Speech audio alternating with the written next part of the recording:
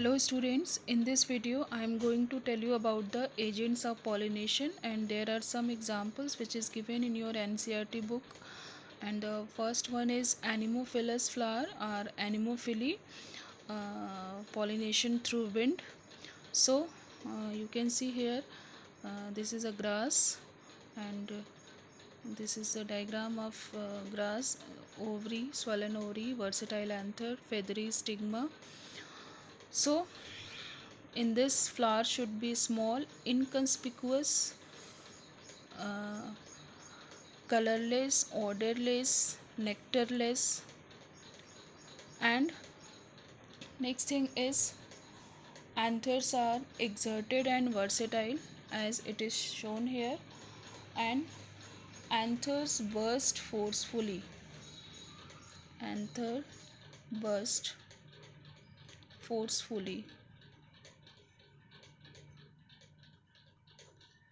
So and suddenly it thrown the pollen grains in air, and it is known as gunpowder mechanism. Gunpowder mechanism. Pollen grains are small, smooth, non-sticky and light, and they may have air sacs or wings. As in case of gymnosperms in pines, you can see the pollen grains has wings like this. So they may have wings, and pollen grains are dry and unwettable. It should not be wet. This protect the pollen from moisture present in the air. And stigma are feathery. Stigma should be feathery and hairy, branched.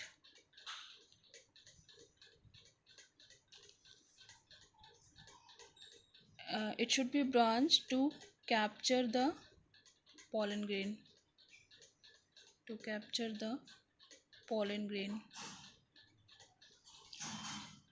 As you can see, the cob of maize has elongated stigmas and style to trap the pollen grains.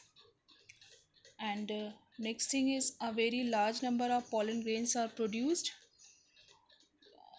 and pistil commonly possesses a single ovules. So uh, there are so many examples of anemophily. It is common in grasses, and other examples are amaranthus, cannabis, chenopodium, coconut, date, mulberry, willow, etc.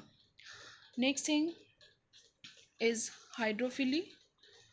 Hydrophily means pollination by water. It is quite rare in flowering plant. It is mostly limited to monocotyledonous. So water is a regular mode of transport for the male gametes among the lower plant, as you can see, and you have seen in lower plant like algae. This is a mechanism for gamete transfer in bryophytes, pteridophytes, etc. And the transfer of gamete occur by the water only. But in some examples of water pollinated plants like Vallisneria and Hydrilla, and some marine grasses like Zostera, not all aquatic plants use water for pollination. So although it is a water hydrophilic plant, but it use different mechanism for the pollination. So we can see here, this is the floating male flower and two functional stamen. This is fruit, uh, female flower, stigma trifid, you can see here, and this is pedicel. These are the male flowers, stigma, some feathers are present, and this is ripe anther or male flower. So in case of Vallisneria, this is also known as L grass or tape grass. It is submerged dioecious freshwater plant. Male plant produces a large number of male flowers which after breaking rise upward in closed state and open on the surface of water. You can see here. Each male flower has two functional stamens. You can see here uh, two tepals forming boat-like structure. I think you all know what is the meaning of tepals. So I'm not going to explain here what is tepals. So this structure you can see it is boat-like structure, and uh, then female plant produces a female plant singly at the tip of long pedicel. You can see here that bring the flower on the surface of water. Due to presence of long pedicel, it can come on the surface of water, and stigma is trifid. You can see. So it is floating also. So male flowers are drawn in the depression of the female flower. This is female flower. This is male flower. So ripe anthers of open male flower come in contact with uh, large trifid stigma. See here,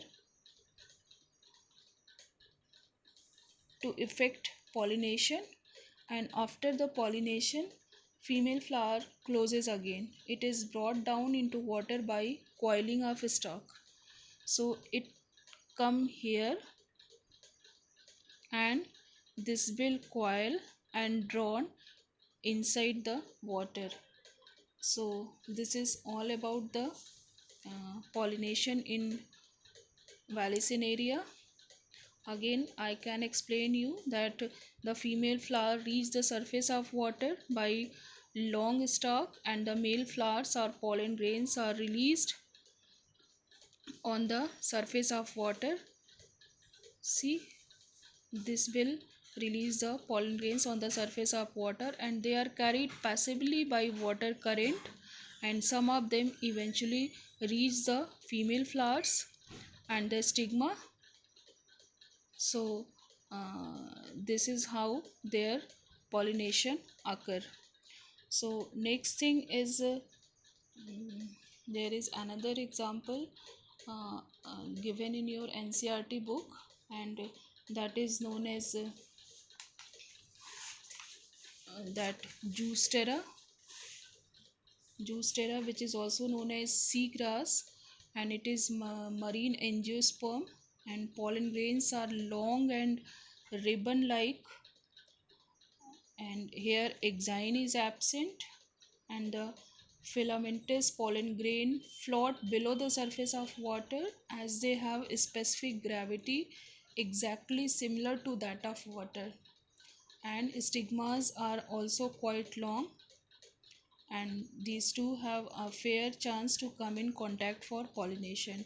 So you can see here that there is one thing common, that female uh, part, that is stigma, is quite long uh, for the pollination to occur.